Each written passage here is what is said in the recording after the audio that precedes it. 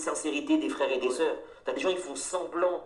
La communauté afro, pour eux, c'est un marchepied pour se donner de l'importance, mais ils en ont rien à faire. Ouais, ça c'est vrai. Il y en a, ils font semblant, mais quand t'es dans les coulisses, t'es dégoûté du nombre de frères et de sœurs qui font semblant. Eux, en fait, ce qu'ils veulent, c'est juste exister. C'est pas le bien-être des frères et des sœurs qui sont derrière, qui sont dans l'anonymat, pour les aider. C'est pas ça leur objectif. Leur objectif, c'est eux, leur poche. Blaf, bonjour, Africains, Africaines, Afrodescendants, Afrodescendantes. Vous avez tout mon amour aujourd'hui. Vous avez toute ma tendresse, mes pensées les meilleures, etc., etc., etc. Bon, j'en ai assez dit.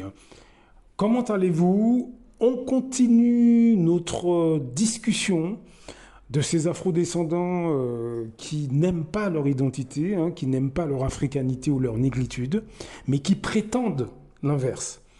Ce sont des gens, comme je le dis dans tous ces audios, si vous prenez en route, je dirais, notre discussion, ce sont des gens qui écoutent du zouk, du jazz, du reggae, du dombolo, jeunes comme moins jeunes. Ils vous parlent d'Aimé Césaire, ils vous parlent de Cheikh Anta Diop, mais en fait, ils s'en foutent complètement de tout ça. C'est juste un style qui se donne, c'est une image.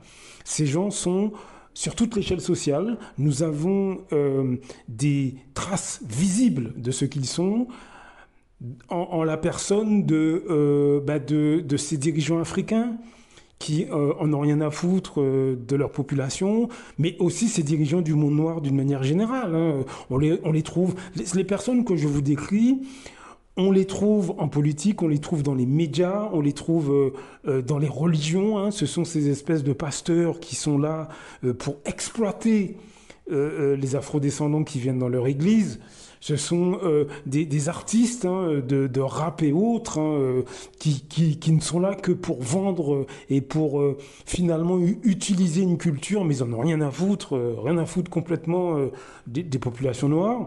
Donc ces gens sont dans toutes sortes de secteurs, et y compris en masse au sein des masses populaires, et particulièrement parmi vos amis et parmi vos familles. Je sais que c'est dur à entendre, mais il faut qu'on en parle. Ce sont des gens déséquilibrés, qui ont des troubles mentaux et qui ont une aversion chronique de la négritude ou de l'africanité. Ce sont des gens qui vont se blanchir la peau, ce sont des gens qui vont dire à qui veut l'entendre pratiquement, mais au sein des autres communautés. Ils vont pas dire ça devant les afrodescendants. Non, de ce que moi j'ai observé, puisque je les ai étudiés pendant des années, ces personnes vont dire à qui veut l'entendre, mais au sein des autres communautés, la belle famille de Bretagne ou de Nice, ils vont parler comme ça avec des Arabes, des Chinois, je les ai vus, c'est pour ça que je vous le dis. Ils vont mépriser complètement le monde noir, mais au sein de ces milieux-là.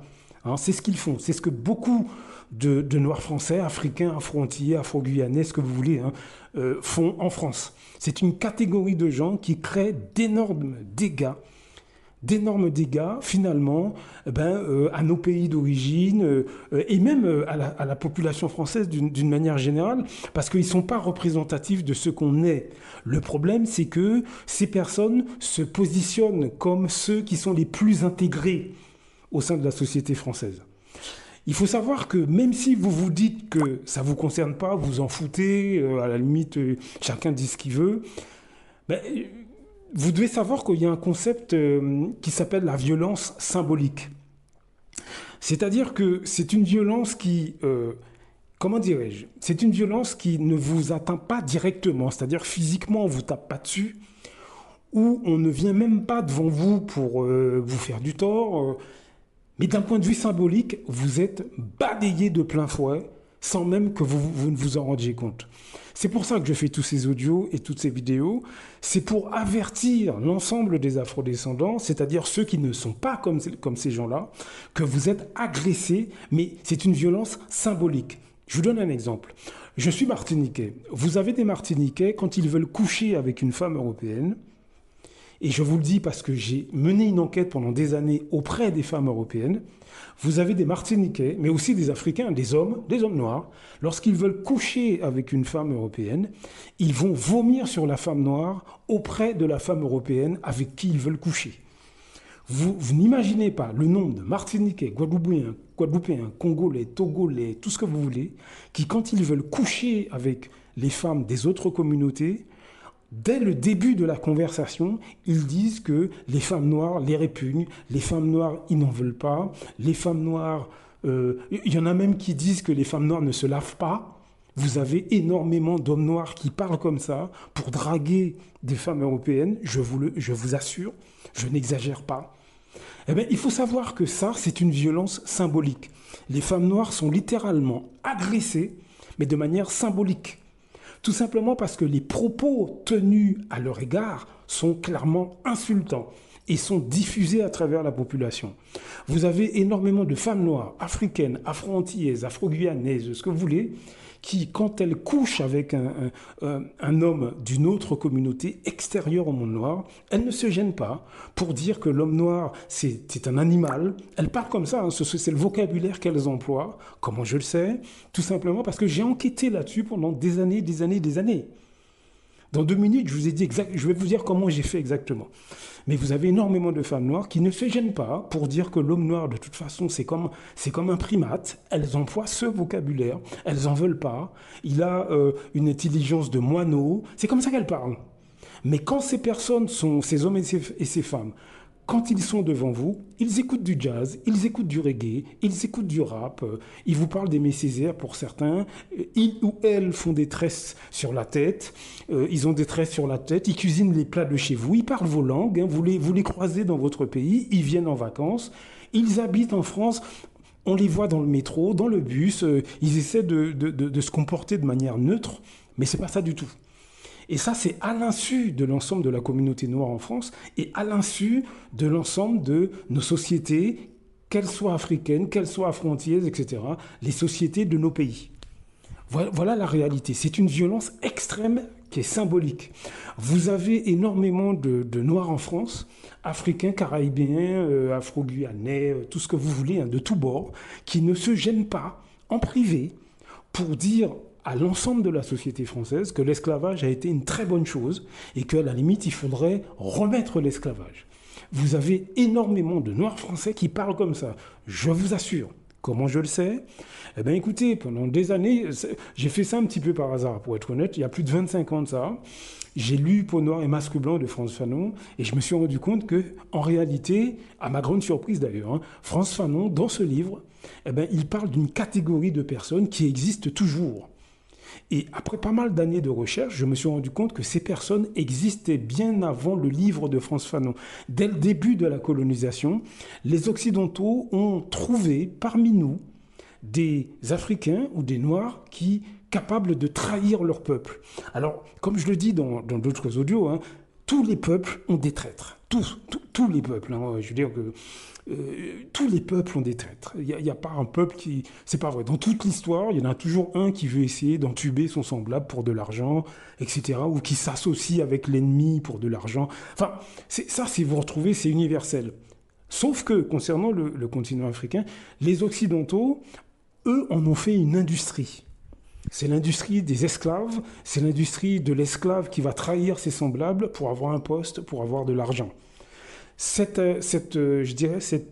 tendance a perduré jusqu'en 2024. Depuis toutes ces années, vous avez un grand nombre d'afrodescendants qui se cachent, parce qu'aujourd'hui, évidemment, ils ne vont pas se montrer, hein, mais ils se cachent et dès qu'ils en ont l'opportunité, ils vomissent et renient complètement la négritude, l'africanité. Ce sont des gens qui se trouvent au sein de vos familles également. Cette violence symbolique, elle est symbolisée par exemple au sein de la famille par la jalousie d'un membre de votre famille à votre égard parce que vous avez passé un concours, parce que vous avez acheté une nouvelle voiture. Enfin bref, pour des raisons bidons, hein, mais il va vous faire la guerre, il ou elle, hein, ils vont vous faire la guerre, ils vont vous calomnier. Vous voyez, ça c'est une violence symbolique. La personne ne vous combat pas directement physiquement, hein, elle ne vient pas devant vous avec un bâton, non, mais elle combat tout ce que vous faites, elle calomnie tout ce que vous faites, elle calomnie votre personne, mais à votre insu. C'est une violence symbolique. Eh bien, les Noirs français que je vous décris utilisent la violence symbolique contre leurs semblables. Ils calomnient le monde noir au sein des autres communautés. Par exemple, ce sont ces Noirs français qui, dans le monde du travail, combattent leurs semblables.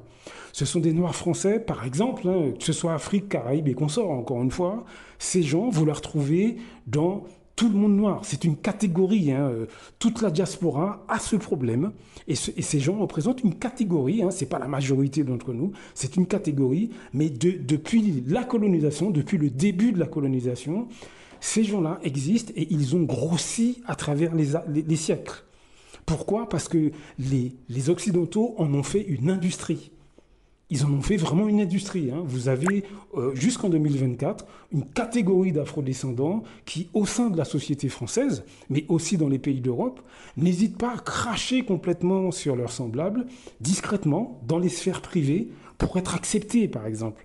Il y en a, ils vont cracher sur leurs semblables pour faire de la politique, pour faire de la musique, pour faire du cinéma. En France, beaucoup, les rares Noirs français qui sont là-dedans, ça ne m'étonnerait pas qu'ils sont en général choisis parmi cette catégorie de personnes. Je ne dis pas tous, mais la grosse majorité. Vous avez des intellectuels, que ce soit africains, etc., qui sont plébiscités, qui sont mis en avant, mais uniquement parce qu'ils viennent de cette catégorie-là. Ils crachent sur leurs semblables de différentes manières. Il y en a qui vont combattre ouvertement, par exemple, hein, les Noirs, par exemple, en France, qui vont promotionner l'histoire africaine, par exemple. Eh ben, ces Noirs esclaves hein, qui utilisent la violence symbolique, ils vont publiquement les critiquer, par exemple. Par exemple, ils vont publiquement les critiquer, ils vont aller sur les plateaux télé pour ceux qui sont médiatisés. Mais il faut que vous compreniez qu'au quotidien, au niveau des masses populaires, vous avez des collègues, vous avez des gens de votre famille qui vont vous critiquer parce que, par exemple, vous gardez vos cheveux naturels. Ils vont vous critiquer.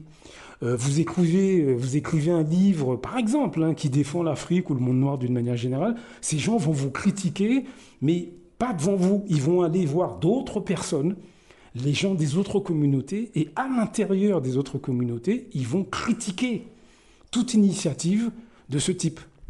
C'est la violence symbolique. On ne vous touche pas directement, on ne vous tape pas dessus, mais d'un point de vue symbolique, on vous descend. C'est ce que font par exemple les télés occidentales vis-à-vis de l'Afrique.